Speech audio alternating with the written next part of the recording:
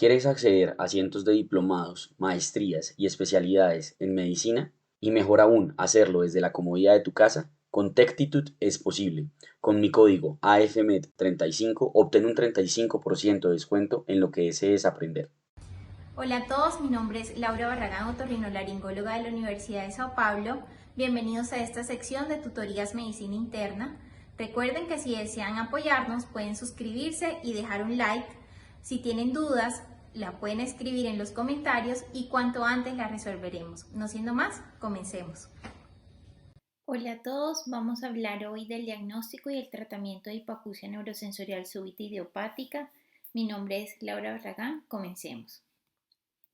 Como definición tenemos que la hipoacusia neurosensorial súbita idiopática es un trastorno de instauración súbita donde existe una pérdida auditiva unilateral o bilateral de tipo neurosensorial mayor a 30 decibeles que afecta por lo menos a 3 frecuencias auditivas consecutivas y este se desarrolla o se instaura en un tiempo menor de 72 horas, habitualmente sin poder precisar su etiología.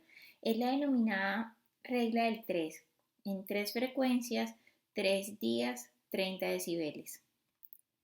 En cuanto a la etiología, por ser idiopática, en su gran mayoría no se puede establecer la causa. Sin embargo, posibles causas atribuibles a esta enfermedad son las enfermedades infecciosas hasta un 12.8%, enfermedades otológicas primarias, enfermedades o traumas del oído interno, o alteraciones vasculares o hematológicas o incluso enfermedades neoplásicas en un 2%.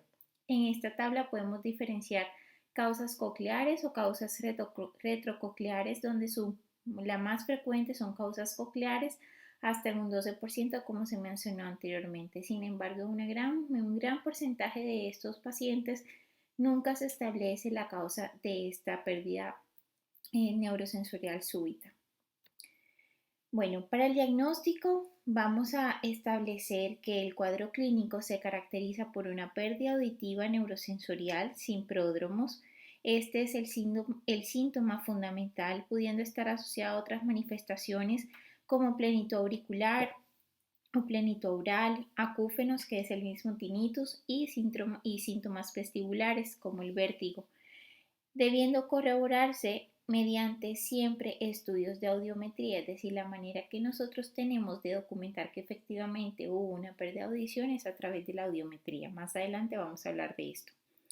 Al examen físico y a la historia clínica siempre debe quedar documentado la lateralidad, el inicio de los síntomas, el tiempo de evolución, la edad de presentación, la severidad de los síntomas al inicio y las comorbilidades del paciente, porque esto nos va a hablar de pronóstico. Cuando examinamos este tipo de pacientes, usualmente encontramos que en ellos hay una otoscopia normal y el test de Weber y Riné, que son los diapasones, usualmente el test de Riné va a estar completamente normal, es decir, positivo bilateral, mientras que el test de Weber va a estar lateralizado al oído sano. Hay una pequeña regla y es que el sano percibe una enfermedad y el enfermo la transmite, es decir, eso es que cuando tenemos dos tipos de hipoacusia, una hipoacusia neurosensorial y una hipoacusia conductiva. La hipoacusia conductiva, el beber siempre se lateraliza al oído enfermo, mientras que en la neurosensorial el beber se lateraliza al oído sano. Recordemos que un examen o un test de beber positivo va a ser aquel en donde el paciente escucha el ruido en el centro o no es posible para el paciente lateralizar la procedencia del sonido. Dentro de los estudios audiológicos encontramos básicamente dos, la audiometría y la logoaudiometría. Recordemos que son exámenes que se deben complementar.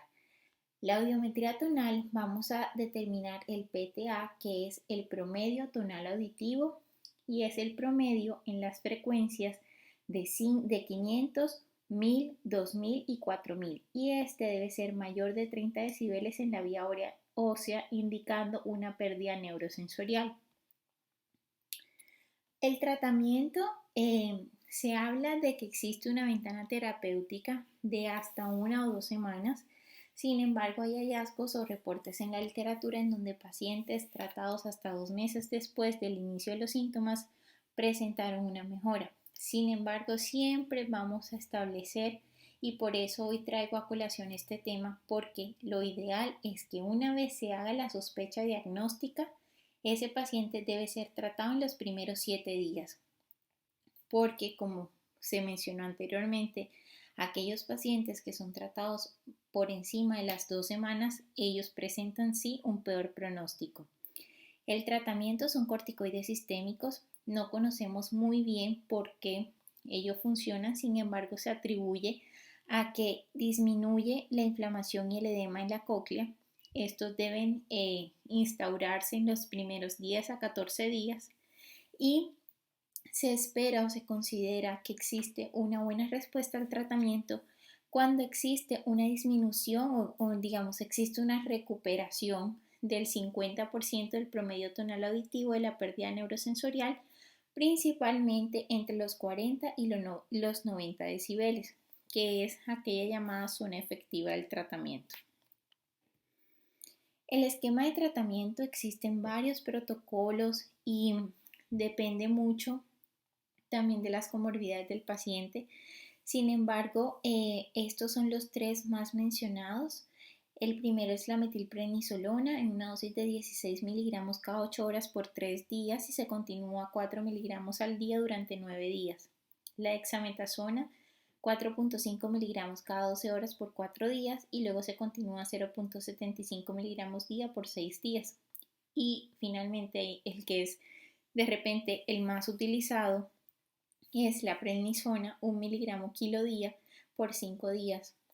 Existe literatura que establece que la dosis máxima debe ser de 60 miligramos. Si un paciente, por ejemplo, pesa usualmente, digamos, 80 kilos, no le voy a dar 80 miligramos de prednisona. Maneja una dosis tope de 60 miligramos por 5 días.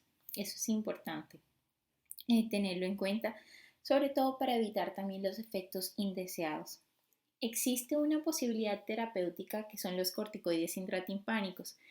Sin embargo, esta aplicación sí se deja en manos del otorrinolaringólogo porque se debe hacer una preparación específica del medicamento, de la dilución. Se puede usar tanto metilprednisolona como dexametasona y con una aguja de aquellas que usamos para hacer las anestesias peridurales, usamos esa misma aguja por lo largo que es la aguja para introducirla.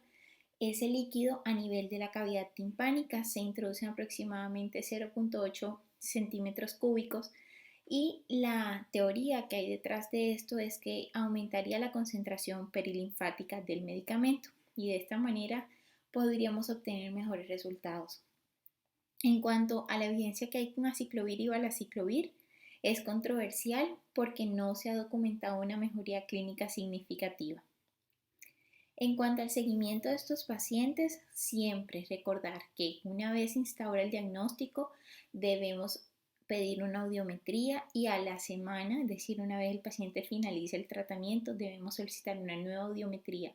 Si este paciente realizó aplicaciones de corticoides intratimpánicos en el esquema que haya sido aplicado, deben hacerse controles estrictos semanales también para definir si se continúan las aplicaciones, cómo es el pronóstico y la evolución de ese paciente. Se considera que existe una buena respuesta cuando existe una mejoría de por lo menos el 50% del promedio tonal auditivo. La gran mayoría de estos pacientes no va a recuperar la audición si no se tratan, por eso es tan importante en el servicio de urgencias. Llega un paciente con sensación de plenitud auricular o con sensación de tinnitus o acúfenos ya sea uni o bilateral, siempre tomar en cuenta este diagnóstico porque el tiempo es clave. Y hay que decirle al paciente, una vez se haga el acompañamiento o el seguimiento de estos pacientes, que hasta en 10% de ellos va a existir un empeoramiento de la audición que va a ser progresiva. Básicamente, el pronóstico de estos pacientes va a estar determinado por varios factores. Dentro de ellos se encuentra primero la edad avanzada. Cuanto mayor es cuanto más anciano es el paciente, mayor es la probabilidad de que exista un deterioro auditivo. Los factores de riesgo cardiovasculares como hipertensión, por ejemplo, la exposición a trauma sonoro, la intensidad de la pérdida auditiva, el tipo de curva audiométrica en aquellas sorderas pantonales, es decir, en donde hay más de una frecuencia audiométrica afectada, o aquellos que tienen una pérdida en agudos tienen peor porcentaje de recuperación. ¿Cómo está la función auditiva del oído sano? Porque se sabe que cuando el oído sano tiene alguna enfermedad concomitante como una otitis crónica o alguna enfermedad o alguna alteración auditiva asociada, la recuperación del oído afectado durante la pérdida neurosensorial va a ser peor. El tratamiento precoz es fundamental. Ya sabemos que en aquellos pacientes que tienen una pérdida mayor de 2 semanas, esos pacientes van a presentar peor pronóstico. Y también habla del pronóstico. Si una vez instaurado ese tratamiento precoz el paciente presentó una mejora significativa, ese paciente va a tener sí mejor pronóstico que aquel que no tuvo mejora con el tratamiento de forma precoz. Bueno, este es un tema que ha sido un poco rápido, sin embargo es fundamental, es una queja bastante frecuente en la práctica clínica y desafortunadamente muchos de esos pacientes llegan ya a otorrinolaringología con un tiempo de instauración muy avanzado, entonces el pronóstico auditivo es bastante precario. Entonces siempre tener en cuenta este diagnóstico al momento de al momento de que un paciente se presente con pérdida auditiva, plenitud auricular o acúfenos de forma súbita, asociada o no a episodios vertiginosos. Esto ha sido todo por hoy. Espero que este tema haya sido de bastante provecho para todos. Nos vemos en el próximo video. Gracias.